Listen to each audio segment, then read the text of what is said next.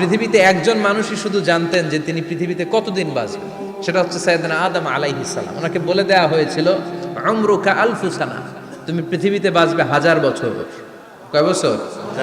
সাইয়েদনা আদমের সামনে অনেকগুলো রুহু রাখা হলো। সাইয়েদনা আদম বললেন, এরা কারা? আল্লাহ বললেন, এরা হচ্ছে নাসালুক, তোমার বংশধর, পৃথিবীতে তোমার পরে এরা পৃথিবীতে আসবে। সাইয়েদনা আদম বললেন, আল্লাহ ওই যে একটা রুহু দেখা যায়, এটার নাম কি? আল্লাহ বললেন, হাদা ইবনুকা দাউদ, এটা তোমার ছেলে দাউদ, সে দুনিয়াতে নবী হয়ে আসবে, তার ছেলে সুলাইমান নবী হয়ে আসবে। সাইয়েদনা আদম বললেন, মাবুদ, আমার ছেলে দাউদের কত বছর হায়াত আপনি দিয়েছেন? আল্লাহ বললেন, 40 সানা, মাত্র 40 বছর, 4 ইয়ার্স, 40 বছর তোমার ছেলেটা বাঁচবে। ও আল্লাহ, আমি বাঁচবো কয় বছর? তুমি বাঁচবা 1000 বছর। সুবহানাল্লাহ। সাইয়েদনা আদম বললেন, মাবুদ, এত ফুটফুটে সুন্দর আমার ছেলে দাউদ, মাত্র 40 বছর দিলেন কেন? জিদ মিন উমরিহি, বাড়ায়া দেন। কি করেন? সুপারিশ করতেছে পোলার লাইগা কে? বাবা। আল্লাহ আপনি বাড়ায়া দেন। আল্লাহকে বাড়ানো যাবে না, লেখা হয়ে গেছে।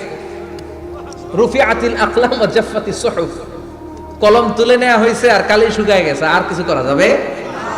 সাইয়েদনা আদম বললেন, মাবুদ, আমার 1000 বছর কেন দিলেন?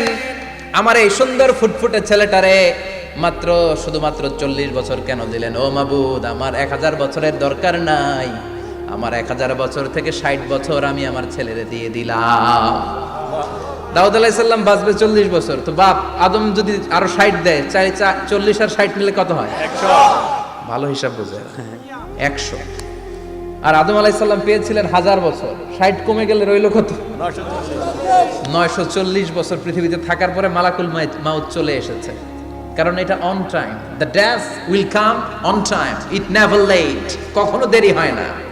আল্লাহ বললেন, লিকুল্লি উম্মাতিন আজালুন ফাইদা জাআ আজালুহুম লা ইস্তাখিরুনা সাআতান ওয়া লা ইস্তাকদিমুন। মৃত্যুর একটা নির্ধারিত সময় আমি বেঁধে দিয়েছি, অন টাইম।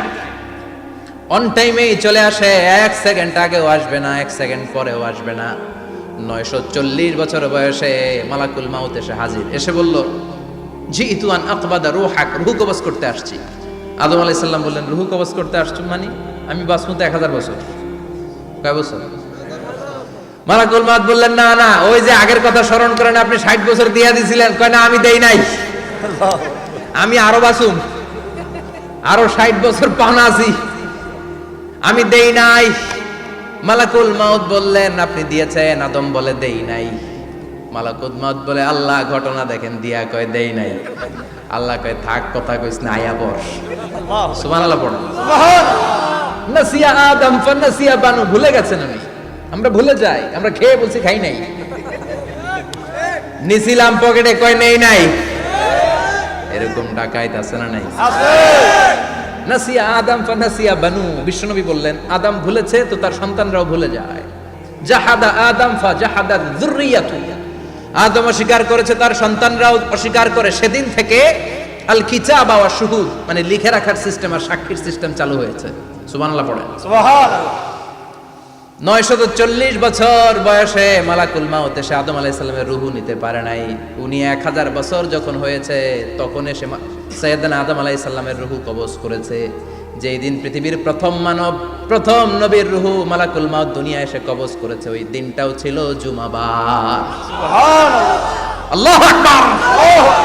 আবার বিশ্বনবী বললেন, লা তাকুমুস সাআহ ইল্লা ফি ইয়াউমিল জুমআহ ইযা যুলজিলাতিল আরদু জিলজালাহা ওয়া আখরাজাতিল আরদু আসকালাহা ইযা রুজ্জাতিল আরদু রাজ্জান ওয়া বুসাতিল জিবালু বাসসা। কিয়ামতের দিন পৃথিবীটাকে একটা প্রকম্পন দিয়ে কাঁপিয়ে দিবে কে? আল্লাহ। মারাত্মক একটা ঝাঁকুনি দিবে আল্লাহ, পুরো পৃথিবীটা কেঁপে ভেঙে চুরে খান খান হয়ে যাবে। এই ঝাঁকুনি আর আর্থকোয়েক, ভূমিকম্প এর ঘটনাটা যেদিন ঘটবে ওই দিনটাও হচ্ছে জুমার দিন। চিৎকার করে পড়েন সুবহানাল্লাহ।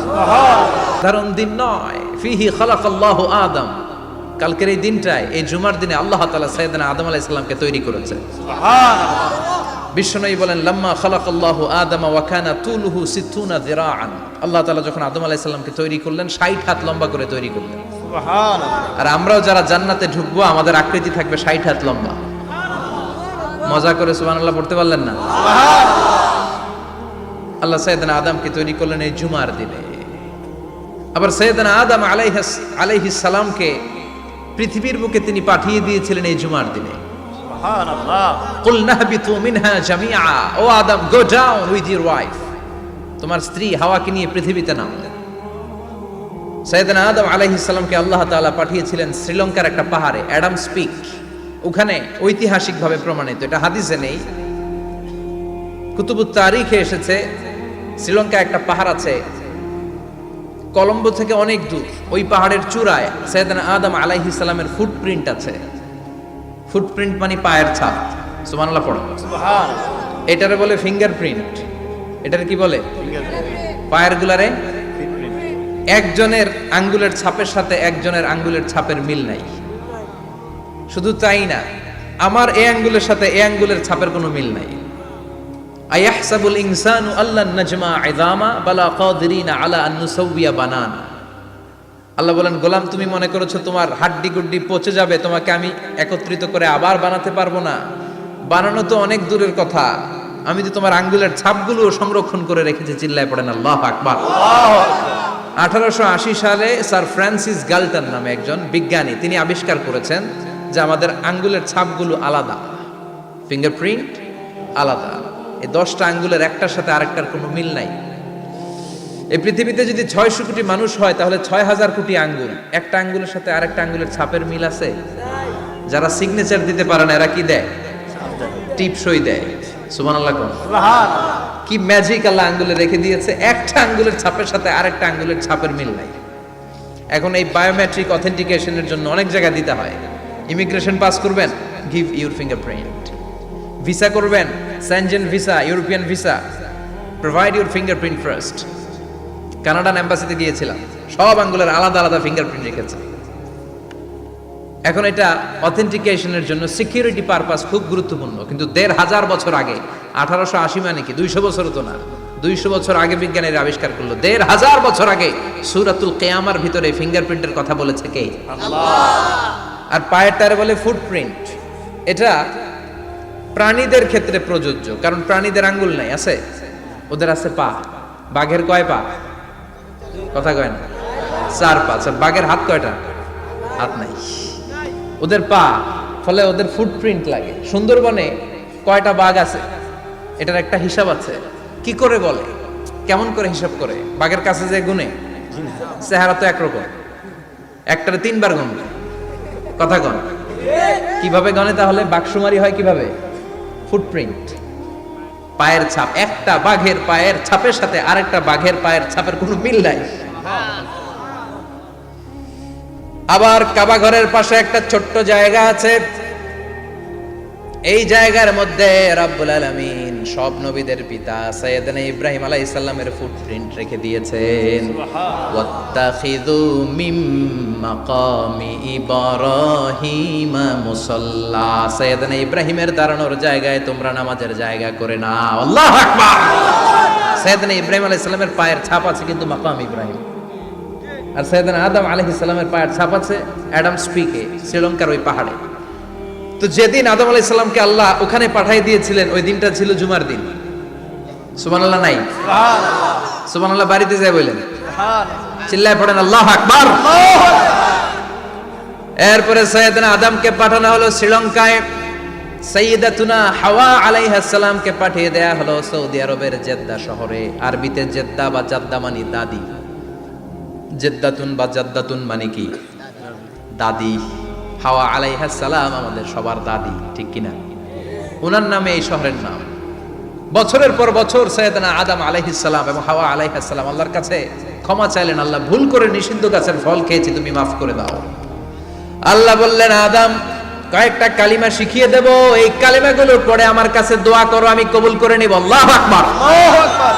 আল্লাহ শিখিয়ে দিলেন আর বললেন, আদম পড়ো, রাব্বানা যালামনা আনফুসানা ওয়া ইল্লাম তাগফির লানা ওয়া তারহামনা লানাকুনান্না মিনাল খাসিরিন। ও আল্লাহ, জুলুম করেছি নাফসের উপর, ভুল করেছি, অন্যায় করেছি, আপনি যদি ক্ষমা না করে দেন আমরা শেষ হয়ে যাব, আমরা হালাক হয়ে যাব, ক্ষতিগ্রস্তদের মধ্যে শামিল হয়ে যাব। ঠিক কিনা?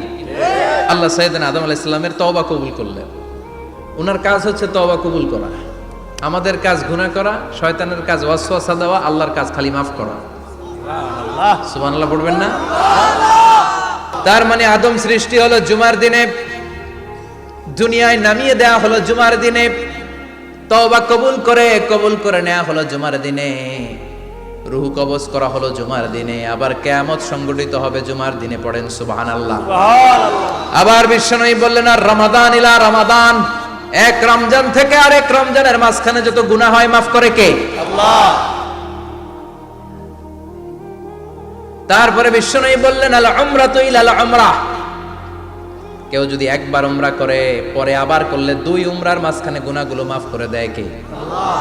আবার বিশ্বনবী বললেন আল জুমআতু ইলাল জুমআ কাফফারাতুন লিমা বাইনাহুমা, এক জুমার পর থেকে সামনের জুমা আসা পর্যন্ত যে সগীরা গুনাহগুলো হয় সবগুলো সগীরা গুনাহ মাফ করে দেয় কে?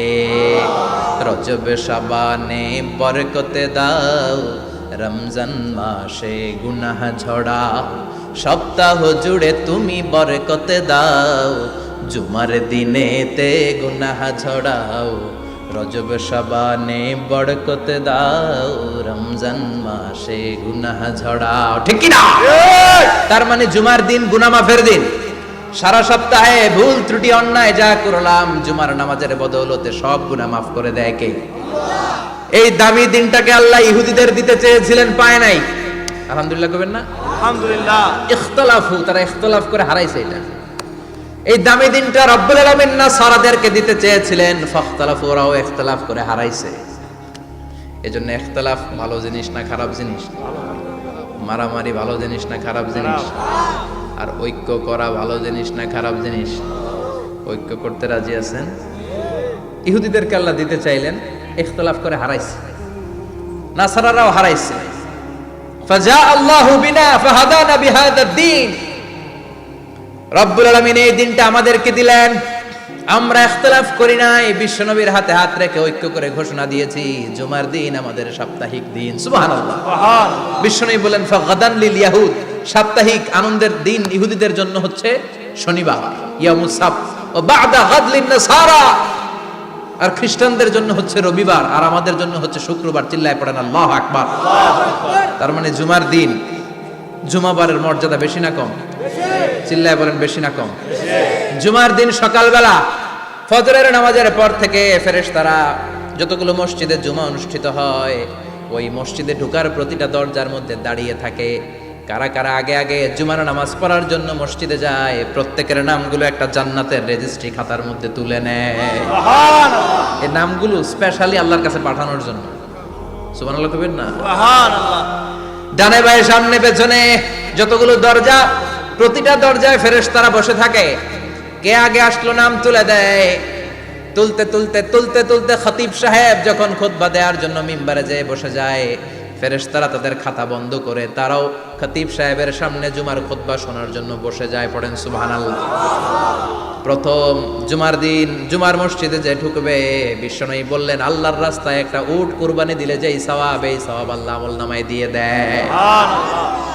দ্বিতীয় পর্যায়ে যে ঢুকে, বিশ্বনবী বললেন বাকারা, গরু কুরবানির সওয়াব পায়।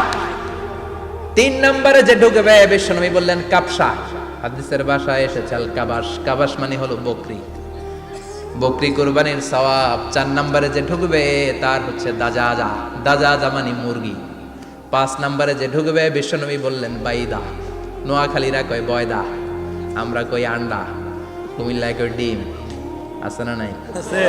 এক দেশের কত ভাষা, এক দেশের গালি আরেক দেশের বুলি। আমরা বলি ছেলে, কুষ্টিয়ায় বলে পুত্র, আরেক জায়গায় গেলে বলে হুত, আরেক জায়গায় গেলে বলে ফোয়া। আছে না নাই? আছে। এক এলাকায় বলে বেটা ছেলে, ছেলেদেরকে বেটা ছেলে। মরদ ফোয়া, মরদ ফোয়া হইতে না, মরদ ফোয়া হবে।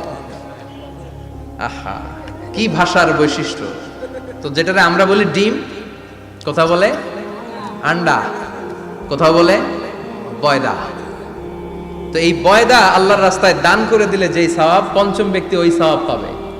এই 5 জনের পরে আর লেখালেখি নাই, বাকিদেরটা নরমাল এন্ট্রি করে সব ফেরেশতারা খুতবা শোনার জন্য বসে যায়। সুবহানাল্লাহ। সুবহানাল্লাহ। তো জুমার দিনে আগে আগে যাবেন তো ইনশাআল্লাহ। সবাই রাজি?